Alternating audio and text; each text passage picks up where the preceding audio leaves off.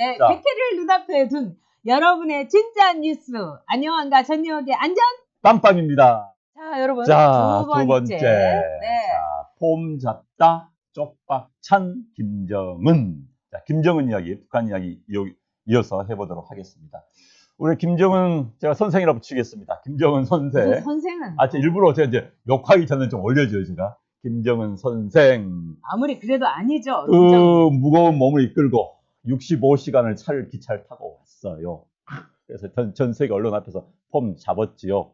그런데 얼굴이 쫙 굳어서 정말 어제 회담 끝나고 호텔 들어간 다음에 두문불출 나오지를 않았습니다. 지금 뭐 하는지. 게다가 지금 북한이요. 재밌는 게 북한이 김정은이 해외 나가면 이른바 지도자 동지가 해외 나가면 보통 며칠 뒤에 보도를 합니다. 또는 돌아온 다음에 보도를 합니다. 그런데 거의 속보식으로 다음날 보도했다면 북한에서 속보예요. 속보식으로 계속 했습니다. 왜? 김정은이 자신 있었던 거예요.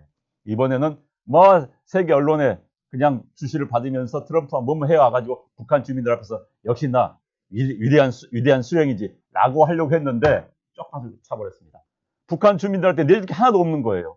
게다가 북한의 이제 평양에 있는 핵심층들은 대북 제재가 이번에 해제돼가지고 우리 김정은 장군님께서 대북 제재 해제를 하는 그 빅토리 승리를 가지고 오실 것이다 라는 기대를 막 줬는데 아무것도 없습니다.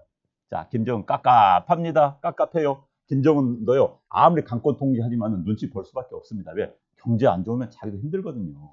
지금 아주 죽을 뻔한 그런 죽을 수 있는 그런 상황이 있습니다. 굉장히 안 좋다고 그럽니다. 주성아 기자의 얘기에 따르면은.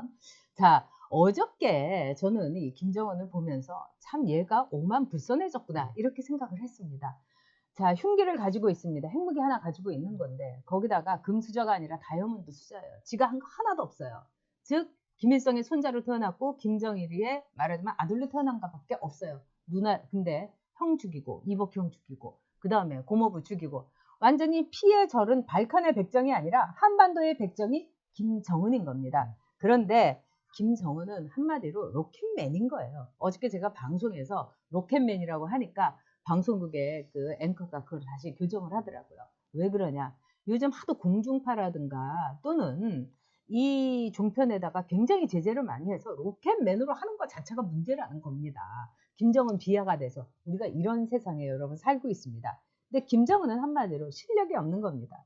즉 조폭인 거예요. 조폭이 무슨 실력이 있습니까? 조폭이 무슨 인맥이 있습니까? 조폭이 무슨 자산이 있습니까? 그런 점에서 김정은은 자신의 실력보다 한참 위에 있는 거예요. 그러니까는 나를 세계 최강의 대통령 트럼프가 상대해주고 이러니까 오만 불선해진 겁니다. 그렇기 때문에 감히 미국의 정보력을 감히 트럼프를 속이려고 한 거죠. 어저께 아까 후원을 해준 SK5님께서는 아구찜에 맥주를 드셨다. 저는 만두에 남은 와인을 마셨습니다. 그런데 아까 이제 마신저님께서 아주 재밌는 말씀을 하셨어요. 뭐라고 하냐면 이 와중에 이렇게 경제는 안 좋은데 롤스로이스에다가 마이바흐를 새로 산 게 이 김정은이다. 이렇게 얘기하는데요. 여기에 대해서 지금 소문이 아주 분분합니다. 근데 중요한 거는 우리가 이렇게 외제차를 살 때 제대로 된 그 발매사라든지 이 딜러를 통하지 않은 경우를 그레이라고 그럽니다. 이게 뭐냐면 야마시로 이렇게 그 사람들 속어로 가짜로 일본 말이죠. 가짜로 이렇게 속여가지고 들어오는 게 그레이라고 하는데 이 롤스로이스와 마이바흐는 그레이가 분명합니다. 그럼 여러분 아마 머릿속으로 그레이? 그럼 어떻게 해서 그레이가 들어왔지? 아마 무슨 뜻인지 아실 겁니다. 제가 다 얘기를 못하지만 여러분들한테 한번 이 핀트를 한번 드리도록 하겠습니다. 그만큼 웃기는 세상이 될 뻔했습니다. 우리 돈으로 어떻게 해서 김정은이 마이바흐 사주고 정말 그레이로 롤스로이스 사줘야 되겠습니까? 자, 살기 좋은 세상에서 안영한 전역이 진짜 애국자입니다. 정말 과분한 말씀이지만 그렇게 되도록 노력하겠습니다. 이제 북한 가면요 벤츠 굉장히 많습니다. 90년대 초에 제가 이제 북한을 갔을 때 우리나라에서 벤츠 보기 힘들었는데 저 같은 말단 기자한테도 배당된 게 벤츠예요. 물론 중고입니다. 그럼 중고 벤츠가 어떻게 들어오느냐? 일단 일본에서 사들어 옵니다. 그런데 나중에 일본에서 수출이 중단이 됐어요. 그러면 이제 중국을 통해서 밀무역을 통해서 압록강 건너 두만강 건너 몰래 뭘 싣고 와가지고 그럼 이제 벤츠는 누가 타느냐? 뭐 일반인이 타질 수는 없죠. 이른바 북한의 간부들한테 중고 벤츠를 선물합니다. 그 선물한 돈은 뭐냐? 통치 자금이죠. 또 통치 자금이 또 어떻게 형성이 되느냐? 우리가 이제 금강산 관광을 중단하니까 가장 아팠던 게 김정은의 통치 자금이 묶인 겁니다. 금강산 관광의 상당 부분이 김정은의 통치 자금에 들어가요. 그 돈을 가지고 아까 자기 벤츠도 사고 아래 것들 게다가 뭐 벤츠도 사주고 고급식 있지 않습니까? 스위스산 고급식을 사다가 자기 생일 때 선물 쫙 뿌립니다. 이걸 통치해 왔던 거예요. 이게 묶여버린 겁니다. 그러니까 북한에서 지금 금강산 개발, 금강산 관광 풀자 하는 게 바로 거기에 있는 겁니다. 그런데 이제 우리 정부에서는 압니다. 우리 정부 아는데 김정은에 가장 필요한 또 그것을 긁어주려고 그냥 금강산 관광 풀자고 우리 정부가 앞서 나서고 있는 거예요.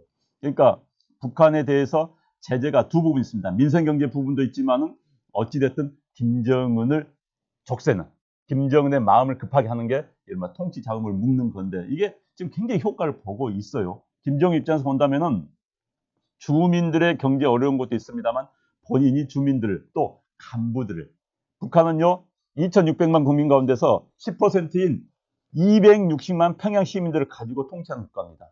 거기다가 100만 명의 인민군 게다가 지방에 가 있는 50만 명의 당 관료들 약 350만 명의 400만 명을 가지고 통치하는 국가이기 때문에 걔들만 잘해주면 되는 겁니다. 김정은은 걔들한테 마저도 환심을 사지 못할까 걱정을 하고 있는 거예요. 대북제재 가장 김정은이 나쁜 게 바로 그 대목인 겁니다. 그렇습니다. 자, 이 김정은이 그런데 가장 중요한 거는 지금 아주 부들부들 떨고 있고 외교 라인을 싹 갈 거라고 그럽니다. 그 이유는 뭐냐면 나에게 잘못된 정보를 줬다. 그러니까는 미국 같은 경우는 트럼프에 대해서 굉장히 트럼프의 국내적인 사정이라든가 또는 코은 청문회라든가 이런 것 때문에 트럼프가 아주 쫓길 것이다. 아주 궁색하게 나올 것이다. 그리고 어떻게든지 이거를 성사시키려고 할 거다. 뭐 이렇게 이제 생각을 하고 아주 느긋하게 어떻게 보면 오판을 한 거죠. 그런데 어떻게 해서 미국이 오판을, 북한이, 김정인이 오판을 했는가? 여기에 대한 분석이 조금 나왔습니다. 특히 북한 관계에 굉장히 밝은 이른바 이제 북한 정보 쪽에서 나온 얘기로는 지금 북한에서는요, 미국 정보를 제가 보기에는 북한에 영어 잘하는 사람도 많은데 한국의 지상파라든가 일부 종편, 특히 뭐 작지만 강한 방송이라고 교통방송인데 작지만 강한 방송이라고 하면서 매우 투쟁적으로 나오고 있는 이 일부 방송에서 나온 좌파 패널들의 얘기를 굉장히 중점적으로 듣는다고 합니다. 특히 그 좌파 패널 중에서도 수정주의자들, 미국에서 유학하고 와가지고 또 뭐 미국에서 뭐 목사를 했느니 뭐니 하면서 막 나오는 얘기. 근데 이 사람들이 완전히 오판을 하는데 굉장히 1등 공신을 했다는 얘기입니다. 여러분 굉장히 재밌지 않습니까? 그래가지고 지금 이 문제에 대해서 부들부들 떨고 있다는 겁니다. 그래서 자기네들이 얘기했던 게 뭐냐면 앞으로는 한국의 종편이라든가 한국의 지상파, 그 다음에 일부 작지만 강한 방송이라든 TBS에 나온 사람들 말을 들으면 안 된다. 저는 이 점에 대해서 얼마나 이제 웃었는지. 아까 진형님께서 투영이 바보인 줄 알았냐? 김정은 하는데 김정은이 자기가 바보인 줄을 몰랐던 겁니다. 왜? 그 이상한 나라에서 이상한 발칸의 백정 못지 않는 한반도의 백정으로 있다 보니까 세상 돌아가는지를 몰랐고 미국이란 나라가 어떤 나라인지를 공부를 잘 안 했다고 그럽니다. 스위스에서도요. 맨날 놀러만 다니고요. 네, 네. 김정은이 일단 해외에 대한 정보를 얻는 것은 남한의 언론 기관이 맞습니다. 김정은은 아마도 인터넷을 아마 할 겁니다. 과거 김정일은 KBS 9시 뉴스, MBC 9시 뉴스를 최전방에서 녹음을 해가지고 평양에다가 가지고 가서 9시 뉴스를 밤늦게 봤다고 그럽니다. 그런데 요즘 인터넷 다 되니까 김정은이야 뭐 익숙하니까 아마 볼 겁니다. 그리고 한국말 익숙하니까 남한의 언론, 남한의 뭐 인터넷 매체에서 보도된 걸 보고 세계를 판단할 가능성이 매우 높습니다. 그런 남한의 언론 가운데서 어떤 언론, 마음 편한 언론, 이른바 한겨레 신문이나 경향신문 같은 걸 보고 세상을 판단할 가능성이 높고 그걸 바탕으로 대한민국이 돌아가는 것을 판단할 가능성이 매우 높습니다. 북한의 지도부도 마찬가지입니다. 제가 이 이야기는 북한의 아주 고위부 출신의 대령급 인사하고 제가 이제 술 한잔 먹었는데 그 이야기 하는 거예요. 자기는 나만 잘한다는 겁니다. 왜? 북한에 있으면서도 남한 방송 분석을 워낙 많이 했기 때문에. 그렇기 때문에 잘 안다는 거예요. 마찬가지입니다. 그 분석을 바탕으로 해서 세계를 봅니다. 북한이 전 세계 대사관 얼마나 내보낸 적도 많지도 않을 뿐더러 그 사람들이 자기 먹고 살기 때문에 업무를 제대로 못합니다. 북한이 해외 언론사 무슨 특파원이 나갔습니까? 없습니다. 그렇기 때문에 남한 덕을 톡톡히 보고 있는 것이죠. 그런데 문제는 한국의 좌파 방송의 영향을 받고 있고 그 프리즘, 그 시각을 가지고 세계를 보고 있기 때문에 문제가 되고 그 바탕으로 이번에 배팅을 했다가 망신살이를 산 겁니다. 네, 자 제리 리님께서 캐나다에 계신가 봐요. 아, 크크 한국의 공중파, 크크 앞으로 정은아 유튜브 봐라. 그냥 공중파만 그러니까 봤으면 좋겠어요. 뭐 JTBC라든가 뭐 아니, TBS라든가 이런 것만 그냥 우리 봤으면 안전빵빵을 좋겠어요. 보면요 세계를 정확히 진단할 수 있을 텐데 제가 연락을 좀 하겠습니다. 제 루트를 통해 가지고요. 네.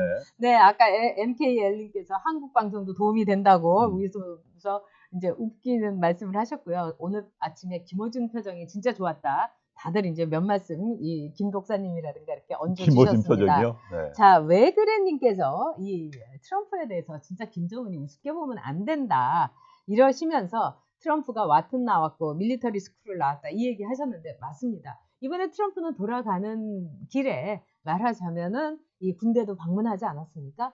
트럼프가 자기의 인생에서 이런 얘기를 했습니다. 내 인생에서 가장 큰 하나의 모멘텀, 아주 큰 계기가 된 거는 밀리터리 스쿨을 갔던 거다. 이 밀리터리 스쿨이 여러분 뭔지 아세요? 아주 꼴통 애들이 있어요. 미국에도 돈은 좀 있는데 맨날 이제 막 그 쪽박 차고 막 집안에 사고 뭉치는 애들이 있는데 이런 애들을 좀 돈이 있는 집에서 밀리터리 스쿨에 이렇게 딱 보냅니다. 그럼 거기서 사람이 돼서 나오냐 아니면 더 꼴통이 되느냐 이건데 트럼프는 그 밀리터리 스쿨에 가갖고 굉장히 적응을 잘했다는 거예요. 그래서 거의 군인 정신의 마인드로 나와서 그 트럼프 아버지도 이 부동산 업자였습니다. 기부를 왕창 했답니다. 밀리터리 스쿨에다가. 그래서 재밌는 얘기 좀 해드렸고요. 자, 이제 운전기사도 이제 해고하고 외교 라인도 해고하고 이 한반도에 상당히 많은 변화가 올 걸로 생각됩니다. 지금 함께 해주고 계시는 시청자 여러분이 1,800분이나 됩니다. 재밌는 글이 많이 올라왔죠? 소개 좀 해주세요. 네. 아니, 일단 이건 간첩이다 문재인님. 내가 밀리터리 나왔다. 아마 군 출신이신가 봐요. 네. 네. 저희 뭐 군 출신들 애국자분들 많으시죠. 그분들이 좀 대한민국 돌아가고 있는 것에 대해서 많이 네. 흥분하고 계시고 안타까워하고 계십니다. 자, 네. 좀 문재인 이따가 쪽망 이제 잔치국수 손현님, 손혜원 네. 의원의 동생 되시는 분이 나오셔서 이제 우리 누나 손혜원에 대해서 얘기를 하시는데 네. 아주 특별히 우리 안방 TV를 위해서 말씀하시고 싶은 거를 준비해 오셨답니다. 네. 그러니까 여러분께서 뭐 기대해 주셔도 될 것 같습니다. 제리리님이 평양에서 몇 명 죽을 것 같네요. 그럴 수 있습니다. 네. 책임을 전가해서 누군가 책임을 져야겠지요. 이게 그렇습니다. 북한입니다. 네. 자, 북한에서는 아마 이제 피해 숙청이 이루어질 수도 있겠다. 적어도 아우지 탄강이 지금 이제 풀 부킹이 되고 있다더라. 이런 소문도 나옵니다. 아, 지금 마이크 조금 상태가 다시, 안 좋습니까? 네, 지금 계속 이제 네. 그렇습니다. 자, 김영철 처형될 것 같은데 네, 평양에서 네. 몇 명 곡소리는 분명히 날 것 같습니다. 자, 이제 결렬 소식에 대해서 우리가 정말 이 안전하게 됐다. 우리 북한에 대해서 속으면서 네. 정말 비핵화를 한다면 지원해 줄 수 있지만 비핵화도 안 하면서 우리가 북한에 대해서 남북 경협이다. 우리가 뼈 빠지게 지금 세금을요. 여러분이 30일을 일하시면 열흘은 세금 내기 위해서 일하시는 겁니다. 그 열흘을 북한에 바칠 뻔했는데 이 거짓말 사기극을 벌인 집단에 대해서 어쨌든 바치지 않게 돼서 이 쪽박을 우리 대한민국 경제와 국민이 찬 게 아니라 김정은이 차게 돼서 네. 다행이다. 이제 북한에요. 이렇게 생각합니다. 미국 간첩 몇 명 나타날 것 같습니다. 전 이제 김혁철 이 사람이 어떻게 될지가 굉장히 네. 관심인데 김영철이가 아마 김혁철한테 비건과 회담을 했지 않습니까? 네. 모든 걸 밀어버리고 살아남으려고 할 가능성도 있고 또 김혁철이가 지금 얼마 전까지 대사를 했던 주 스페인 북한 김혁철, 대사관에서 문제가 뭐 절도 사건이 터졌죠. 그래서 네. 아마 김영철을 굉장히 좀 관심 있게 보고 있는데 아무튼 김정은이 미제 간첩 몇 명 만들어낼 가능성이 매우 높습니다. 면피하기 위해서. 네. 그렇습니다. 네. 그리고 꼴통용 문재인님께서도 후원해 주셨습니다. 문재인 정부 김정은에게 현금 퍼줄 준비하고 있다가 뒤통수 맞은 겁니다. 근데 김정은에게 현금을 퍼주고 싶은 그 의욕을 아직도 불태울 것 같습니다. 그러니까 현금도 그레이로 퍼질 게 아닌가 이런 생각이 드네요. 참 걱정입니다. 네.